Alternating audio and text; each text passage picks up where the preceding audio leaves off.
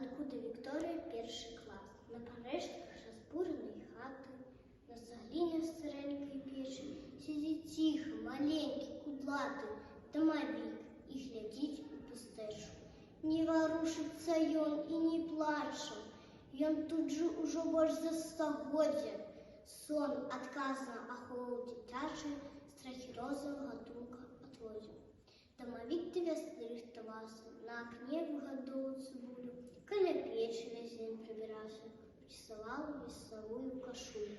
Ён прачнуўся ад выбухаў страшных, бо пасля хатняй працы ночнай і пасля важных спраў учарашніх ціха спаў у любімым куточку.